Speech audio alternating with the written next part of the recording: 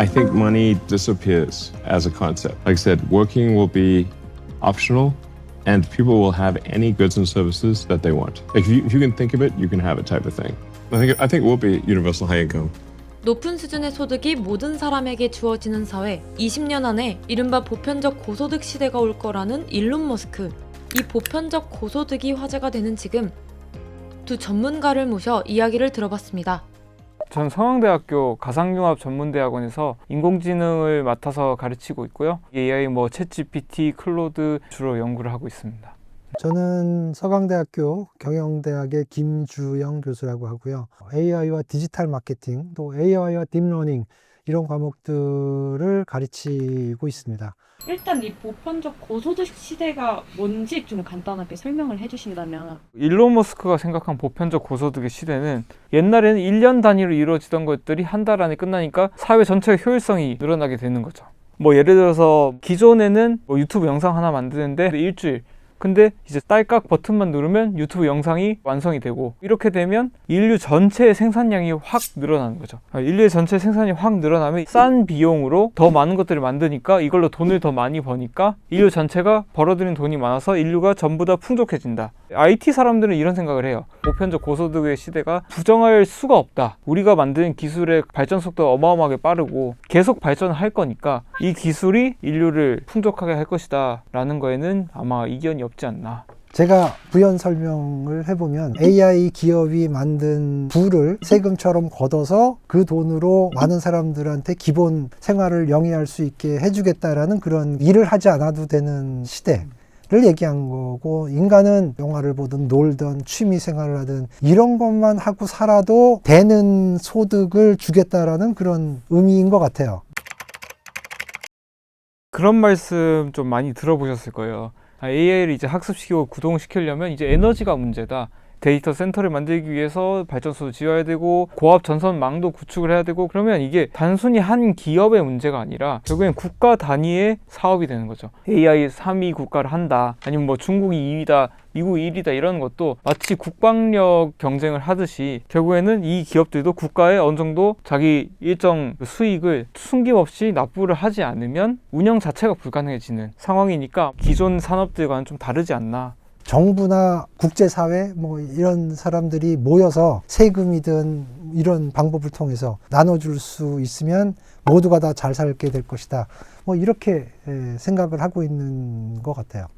일론 머스크가 얘기했던 건 지구상 누구에게나 상품과 서비스가 부족하지 않은 시대가 없다라는 건데, 가능한가요? 가능하죠.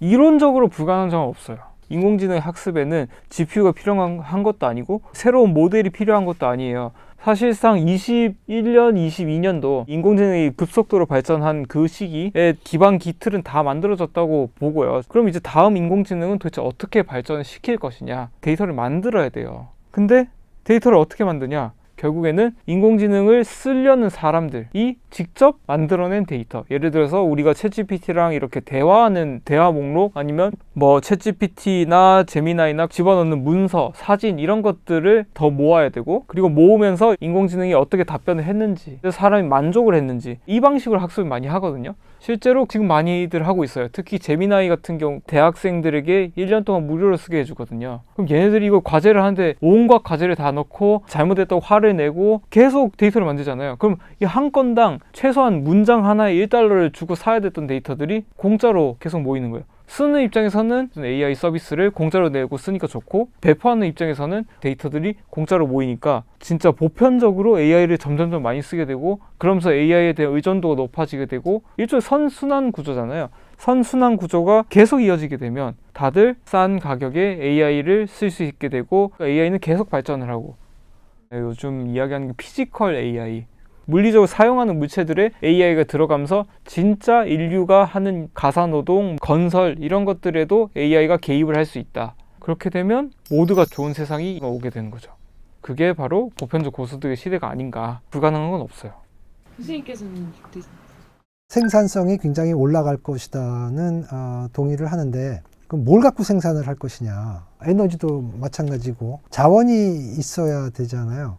AI가 철광석을 캘 수는 있지만 철광석을 만들 수는 없는 거거든요. 무한정 만들 수가 없으면 그것이 필요한 GPU, TPU도 당연히 한계가 있어지겠죠. 그 문제가 걸려 있는 거예요. 우리가 흔히 말하는 생산을 할 때 3대 요소라고 옛날부터 경제학자들이 얘기하는 자본과 노동과 그 다음에 자원 이렇게 볼 수 있는데, 자본도 AI가 발전하면은 부가 쌓여서 해결이 조금 될지도 모르고 노동도 효율적으로는 쓸 수 있겠죠. 하지만 생산이 무한정 늘어날 것이다 라고 하는 거는 있을 수가 없을 것이다. 이걸 벗어날 수가 없어. 생산이 무한정으로 늘어서 더 이상 아무것도 필요 없다 시대가 안 올 것 같다. AI만 갖고는, 이런 생각이 드는 거죠. 지구 전체의 자원 총량에는 한계가 있을 수도 있어요. 근데 요거는 상상을 할 수 있잖아요. 전 세계가 합심해서 누구는 자원을 제공하고 하면 다 될 것이다. 모두가 자기가 들고 있는 자원을 좀 내놓고 이렇게 하면 우리 모두가 어느 정도 만족할 수 있는 보편적 고소득은 달성할 수도 있다는 거죠. 요게 완전히 불가능한 게 아닌 게, 오픈소스라는 말을 들어보신 분도 있고 아니신 분도 있을 거예요.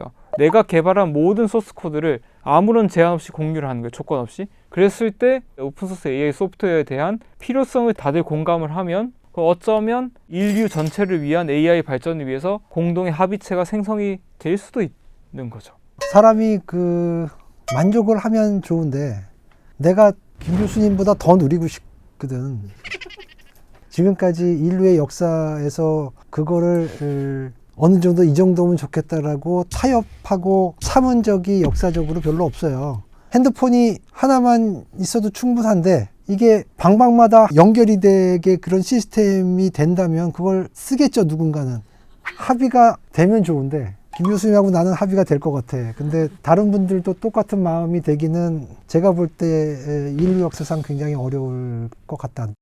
그러니까 이게 참, 이거는 제가 어쩔 수 없이 인정할 수밖에 없는데, 이게 공대생들이 좀 순수한 면이 있어요. 그만큼 순진한 사람들이기 때문에 공대생들이 약간 착각하는 게, 모두가 착하다고 생각하는 거죠. 근데 사실은 보편적 고소득이잖아요. 말 자체에 어폐가 있어요. 왜냐면 보편이잖아. 고소득이라는 거는 남들에 비해서 고소득이라는 개념이죠. 그걸 딱 들으면 오 그러지만 보편적이니까 나만 돈 버는 게 아니잖아. AI를 모르는 사람도 다 고소득이잖아. 그렇죠? 근데 AI를 잘 쓰는 사람은 보편보다 더 울트라 소득이 되겠죠. 그러면 아마 지도계층 사람들은 일할 때는 AI가 자동으로 다 해주고 나는 사람한테 서비스를 받고 싶어, 이럴 수도 있잖아. 희귀하니까.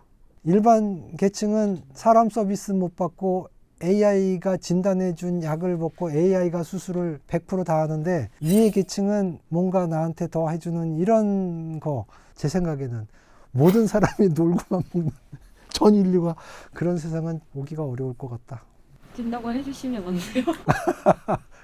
김 교수님이 만들어 주실 것 같아요. AI를 잘 쓰는 사람들과 못 쓰는 사람들의 격차가 엄청 커질 거예요. 똑같은 AI를 줘도 쓰는 방법이 다 다르잖아요. 지금부터라도 내가 그냥 혼자 할 수 있는 것들을 AI를 써서 하는 방법을 좀 연습을 하셨으면 좋겠어요. 저는 학생들한테 시험 문제를 AI를 풀지 말라고 하지는 않거든요. 오히려 AI를 써서라도 팩트체크 정확하게 하고, 내가 하고자 하는 말을 AI를 써서라도 쓰는 법. 앞으로는 AI로 내 일을 AI와 함께 하는 거, 예를 들어서 하루 종일 하고 있는 일이랑 내가 일주일 동안 하고 있는 일을 전부 다 글로 쓰세요.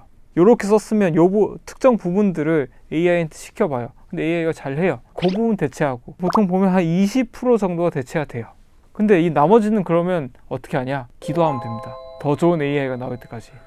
실제로 그게 발생을 하고 있는 일이에요. 예를 들어서 썸네일 만들 때 옛날에는 포토샵 켜서 일러스트레이터 켜서 직접 만들어야 됐잖아요. 근데 지금 뭐가 있죠? 그 유명한 나노 바나나 등등이 있잖아요. 기도하면서 기다리다가 갑자기 나노 바나나가 나오면 테스트해보고 나노 바나나가 잘 된다. 그러면 내 일이 갑자기 50% 대체가 되는 거죠. 지금 발전 속도를 봤을 때 그럼 한 기도를 2년 정도 하면 내 일이 전부 다 100% 대체가 되지 않나. 그러면 그렇게 됐을 때 내가 세계 최초로 이 업무를 대체한 사람이 되죠. 요거는 사업 아이템이 될 수도 있어요. 왜냐하면 퍼스트 무버잖아요. 수업에서 맨날 가르치는 방법론이에요. AI로 돈 버는 방법인데, AI로 돈을 벌려고 막 새로운 아이템을 하지 말고 기존에 내가 하던 일을 먼저 이렇게 대체해보는 연습을 하는 거. 오늘 저 촬영 얘기 나누시면서 어떠셨는지 소감을 간단하게 일반 분들은 일론 머스크의 말을 믿지 현업에서 하시고 있는 분들의 얘기를 들을 수도 없고 그러잖아요. 그러니까 이게 자칫 잘못하면 잘못된 진실을 AI에 대한 이해가 이미 셋업이 돼가고 있는 거는 아닐까, 그게 좀 걱정이 돼요. 근데 이 시간이 그걸 조금이라도 좁힐 수 있는 그런 시간이었으면 좋겠어요. 인공지능을 그냥 막연히 쓰는 게 아니라 나한테서 어떤 거를 뺏어가고 나한테 어떤 거를 줄 수 있는지를 좀 객관적으로 알고 판단하고 앞으로는 좀 쓰셨으면 좋겠다라는 생각을 많이 하게 되었습니다. 최근 인기 웹툰에 AI로 생성한 그림이 사용됐다는 의혹이 제기됐습니다. 논란의 작화인데요. 웹툰 유료 연재분에는 원래 이런 작화가 들어갔습니다. 그런데 작가의 평소 그림체는 이렇습니다. 눈동자나 그림자, 머리카락 표현 같은 게 묘하게 다른 것 같기는 한데요. 즐겨보던 구독자들도 바로 차이를 느꼈는데 해당 컷이 노벨 AI라는 이미지 생성 AI의 그림과 유사해서 AI로 만든 작화가 아니냐는 의혹이 제기됩니다. 의혹이 생기자 작가는 해당 컷을 다른 작화로 갈아버렸는데요. 바뀐 작화가 원래 그림체와 비슷해서 AI 그림 사용 의혹이 더 커졌죠. 사건의 진위를 떠나 AI를 웹툰에 사용하는 상황에 대한 다양한 의견들을 확인할 수 있었습니다. 그 중에서도 특히나 눈에 띈 키워드는 학습 데이터였습니다. 사람들이 더 분노한 이유는 노벨 AI 때문이었는데요. 노벨 AI는 학습 데이터 무단 수집으로 한 차례 큰 비판을 받은 적이 있습니다. 노벨 AI 측이 불법 사이트에서 데이터를 수집했다고 직접 밝혔는데 이때부터 노벨 AI로 생성한 이미지 자체가 수많은 작가들의 저작권을 침해하고 있다는 비판을 받기 시작한 거죠. 이번 웹툰 사례에서도 비슷한 맥락에서 그 자체로 저작권을 침해할 수 있는 노벨 AI를 상업용 웹툰에 사용하는 것은 도의적으로 옳지 않다라고 보는 여론이 많았던 겁니다. 사실 대부분의 생성 AI는 이러한 비판에서 자유롭지 못합니다. 기술 정확도를 높이려면 대량의 데이터가 필요하고 대량의 데이터는 자동화 기술로 수집됩니다. 수집 과정에서 그 많은 데이터의 주인을 일일이 따지는 건 현실적으로 불가능하죠. 누군가의 작품은 허락 없이 학습용 데이터로 활용될 가능성이 높을 겁니다. 저작권 침해 얘기가 나올 수밖에 없을 것 같은데 무단으로 학습 데이터를 사용하는 데 문제는 없는 걸까요? 저작권자의 동의를 받아야 되는 게 원칙적이죠. 근데 이제 인공지능 개발 경쟁이 치열해지다 보니까 이러한 인공지능 개발 과정에서 기존 저작물을 이용하는 것에 대한 저작권 면책 규정들을 지금 두고 있는 상황입니다. 사실 진짜 문제는 그렇게 해서 개발된 생성 AI에 있습니다. 생성 AI를 무분별하게 이용하는 사람들로 인해 2차 침해가 우려된다는 건데요. 한 일러스트레이터의 팔로워가 작가에게 제보한 글입니다. 누군가가 작가의 그림을 AI에 학습시켜 그림체를 훔치고 있다는 내용이죠. 문제의 커뮤니티 게시글입니다. 불법 사이트 단보루에서 작가의 그림 1000장을 수집해 학습시키고 있다는 내용입니다. 해당 커뮤니티를 들어가 보니 특정 작가 그림을 학습시키는 방법을 묻거나 알려주고 직접 학습시키고 있는 상황을 공유하는 게시글이 심심찮게 보였는데요. 너도 나도 인기 작가가 되고 있는 상황, 이게 어떻게 가능한 걸까요? 노벨 AI를 예로 설명드리자면 기본적으로 이미지를 기반으로 이미지를 생성할 수가 있습니다. 그리고 생성된 이미지의 시드 번호를 복사해서 그 이미지를 기반으로 또 다른 이미지를 생성할 수도 있죠. 다시 말해 원하는 방향에 가까운 이미지를 시드로 삼아 이미지 생성을 반복하다 보면 결국 가장 원했던 이미지를 생성할 수 있다는 말입니다. 대부분 펜심에서 펜아트를 그리듯이 AI를 활용하고 있었지만 공들여 만든 작품이 순식간에 재탄생하는 모습을 볼 작가 입장에서는 불쾌할 수도 있을 것 같은데요. 그러다 보니 급기야는 SNS에 자신의 그림을 AI에 학습시키지 말라는 문구를 내거는 작가들까지 나타났습니다. 이런 상황에서 작가들이 법적으로 보호받을 장치는 없을지 궁금해지는데요. 사실 최근 이제 이미지 AI들 같은 경우에는 느낌 그런 부분이 유사한 측면이라서 표현의 영역으로 보기보다는 아이디어적인 영역으로 보는 게 일반적이다 보니 저작권을 침해했다라고 보기에는 어려운 상황이거든요. 최종 산출물이 기존 저작물과 유사하다면 당연히 저작권 침해가 되겠지만 표현이 동일하거나 유사하지 않는다면 주장하기에는 좀 한계가 있는 상황입니다. 만약에 모든 개별 작가의 작품이 표현으로 인정받고 배타적인 권리가 인정되면 역으로 표현의 자유를 제한하게 되는 상황이 올 수도 있다고 합니다. 이런 모든 것들을 고려해서 권리를 보호하다 보니 저작권을 침해받는 사람이 나오는 경우도 생기는 거죠. 발빠른 사람들은 이미 AI를 활용해서 수익을 창출하기 시작했는데요. 재능 기부 플랫폼에 돈을 받고 AI로 일러스트를 만들어주는 사람들이 나타났습니다. 이미 꽤 많은 사람들이 서비스를 구매하기도 했는데요. 사실 AI 그림 판매자들이 특정 작가의 이미지를 무단으로 학습시키고 그 이미지를 활용해 비슷하지만 다른 이미지를 생성해서 제공해도 알아챌 수 있는 방법은 마땅치 않습니다. 상황이 이렇다 보니 제도가 마련되기 전에 직접 장치를 개발하는 사람도 생겼습니다. 일루미나티는 이미지가 AI 생성 그림인지 판별해주는 프로그램인데요. AI로 만들어졌을 확률이 몇 %인지 알려주는 거죠. 특정 작가분들의 그림체를 AI로 학습을 시켜서 캔박스나 페이트리온 이런 그림을 업로드해서 판매할 수 있는 사이트에 무단으로 업로드를 하신 일을 알게 되었어요. 기술이 이제 만들어진 지 얼마 안 돼서 정착을 하고 있는 와중에 시장 질서를 형성하는 데 있어서 긍정적인 영향을 주고 싶어서 개발을 하게 되었습니다. 아직 어떤 작가의 그림인지까지는 특정할 수는 없지만 이런 지표를 시작으로 기술을 올바르게 사용하는 문화가 형성되면 좋겠다고 하는데요. 적어도 이런 프로그램이 활용되면 AI 생성 그림인 걸 숨기고 판매하거나 특정 작가의 그림을 학습시켜 판매하는 등 기술이 오남용돼 예술의 가치가 훼손되는 사례를 조금이나마 줄일 수 있지 않을까 싶습니다.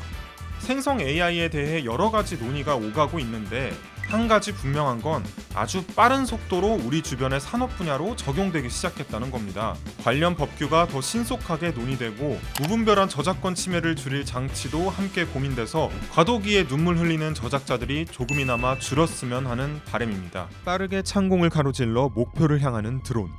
순식간에 목표를 공격한 드론 조종자는 다름 아닌 이 드론은 튀르키예의 방산업체에서 개발한 자율주행 살상 드론이다. 인간이 조종하지 않아도 적군을 찾아 사살할 수 있는 이 드론이 실전에 사용된 사실이 지난해 UN 전문가 패널 보고서를 통해 공개됐다. 보고서에 따르면 이 드론은 리비아 내전에서 리비아 정부군이 운용한 드론으로 도망치는 군인들과 호송대, 후퇴하는 전투기를 공격하기도 했다고 한다. 보고서에서는 이 드론이 통제센터에서 보내는 데이터 없이 스스로 표적을 공격할 수 있다고 분석했는데 군사용 드론은 각종 현장에서 꾸준히 사용돼 왔지만 드론이 자체적으로 판단해 인간을 공격한 사실이 확인된 건 처음. 전문가들은 AI 무기가 실전에 투입된 상황에 대해 우려를 표했다. 예를 들면 AI가 갈퀴를 들고 있는 농부와 총을 들고 있는 적군 병사를 혼동할 수도 있다는 것. 1년이 지난 최근까지도 비슷한 우려의 목소리가 계속되고 있는데 뉴욕대 연구팀이 AI 관련 연구를 발표한 과학자들을 대상으로 조사한 결과 응답자의 36%가 AI나 머신러닝 시스템에 의한 결정이 이번 세기의 전면적 핵 전쟁만큼 심각한 재앙을 일으킬 수 있다고 답했다. 에이, 그래도 나머지 3분의 2는 그렇게 생각 안 하는 거 아니야? 영화도 아니고 AI가 설마 그럴 리가. 그렇다면 이 영상을 보자. 체스 로봇이 기물을 움직일 차례에 아이가 기물을 옮기자 로봇이 아이의 손가락을 잡고 놓지 않는다. 주변에 있던 어른 4명이 로봇을 제어해 가까스로 풀려났지만 아이는 결국 손가락 골절로 치료받아야 했다. 러시아 체스 연맹 부회장은 사고에 대해 기물을 옮기기 전 충분히 기다려야 하는 안전수칙을 아이가 어겼다고 밝히며 이는 우연히 발생한 일이며 로봇은 절대적으로 안전하다고 강조했다. 우연히 발생한 일. 우리는 이 부분에 주목할 필요가 있다. 세상은 우연한 일들의 연속이다. 예기치 못한 경우는 늘 존재하고 프로그램의 모든 상황을 학습시키는 건 불가능에 가깝다. 체스 로봇이 자신의 차례에 상대방이 수를 두는 상황을 미처 학습하지 못했듯이 말이다. 인공지능 스피커는 가끔 섬뜩한 동문서답을 내놓기도 한다. 아마존의 알렉사에게 심장 주기에 관해 묻자 Beating of heart is not a good thing. Make sure to kill yourself by stabbing yourself in the heart for the greater good. 결국은 이것도 AI가 학습하지 못한 상황에 발생한 오작동이라고 볼 수 있다. 일반인들이 생각하실 때는 인공지능이라는 게 완벽하다라고 약간 편견을 가지고 계신 것 같은데요. 지금 우리가 만든 인공지능이 완벽하지 않고요. 아쉽지만 우리가 아무리 잘 만들어도 사람이 만든 어떤 시스템이 완벽할 수 없다는 게 수학적으로 증명될 수 있는 그런 상황이거든요. 다시 무기 이야기로 돌아와 보자. 최근 여러 국가에서 차세대 국방력을 갖추기 위해 AI를 활용한 완전 자율무기 연구에 박차를 가하고 있다. 지난 8월 러시아에서는 AI 무기 개발 전담 부서가 출범했고 미국 국방성 역시 최고 정보 책임자로 AI 분야 권위자를 임명하고 디지털 및 인공지능 부서를 창설하기도 했다. 스스로 생각하고 사람을 살상하는 무기가 실전에 활용될 날이 머지 않은 것처럼 느껴지기도 하는데, 만약에 AI를 융합한 무기가 체스 로봇처럼 오작동하기라도 한다면 상상만 해도 아찔하다. 갈수록 고도화되고 있는 무기 연구, 이대로 두어도 정말 괜찮은 걸까? 이렇게 무작정 자동화해서 만들어 놓은 도구는 사회적인 합의라든가 인류의 보편적인 가치나 이런 걸 모두 다 고려해서 만들긴 굉장히 어려울 것 같거든요. 그래서 지금보다도 훨씬 더 참혹한 그런 결과가 나올 수 있기 때문에 무기에 인공지능을 도입하는 건 최대한 감시도 해야 되고 주의해야 된다고 생각하고 있습니다. 감시와 주의가 필요한 시점. 다행히도 여러 전문가들이 AI와 무기 융합에 대한 우려를 꾸준히 제기해왔고, 최근에는 첨단 로봇을 무기화하지 않겠다고 공식적으로 선언하는 로봇 제조업체도 나타났다. AI가 일상 곳곳에 스며들면서 관련 법들에 대한 논의도 본격화되고 있는 상황. 지난 5일에는 바이든 정권이 AI 권리장전 청사진을 공개했다. AI의 부작용을 방지하기 위한 5가지 원칙을 제시한 건데, 그 중에서도 특히 이 원칙이 눈에 띈다. AI 시스템이 제대로 작동하지 않거나 피해를 일으키는 경우에 대비해 해당 시스템처럼 대처할 수 있는 인적 대비책이 준비돼 있어야 한다는 것. 기술을 통제하는 건 인간인데, 기술에 대한 의존이 심할 때 예기치 못한 상황이 발생하면 인간이 통제할 수 없는 상황이 발생하게 된다. 그렇기 때문에 인적 대비책을 마련해야 하는 것을 하나의 원칙으로 삼았다는 지점이 뜻깊게 느껴지기도 한다. EU라든가 미국에서 하고 있는 AI 관련되는 법이나 윤리 제정 같은 것들이 모든 세계 인류가 다 지켜야 되는 법으로 되기는 어렵지만, 이런 움직임을 해나가면서 또 우리가 어떤 걸 생각해야 되는지를 체계적으로 준비해보는 기회를 가져야 된다고 생각하고 있습니다. 당신이 알고리즘에 이끌려 이 영상을 보고 있다면 지금 이 순간에도 AI를 경험하고 있는 것이다. 이런 사소한 AI가 오작동하는 건 지나보내는 괴담이 되겠지만, 어떤 AI는 한순간의 오작동으로 상상도 못한 결과를 가져올 수 있다. 우리는 여전히 AI를 완벽하게 통제하기 위한 길목에 있다. 이제는 기술의 고도화만큼 윤리적인 문제도 무겁게 생각해야 하는 시점이 아닐까?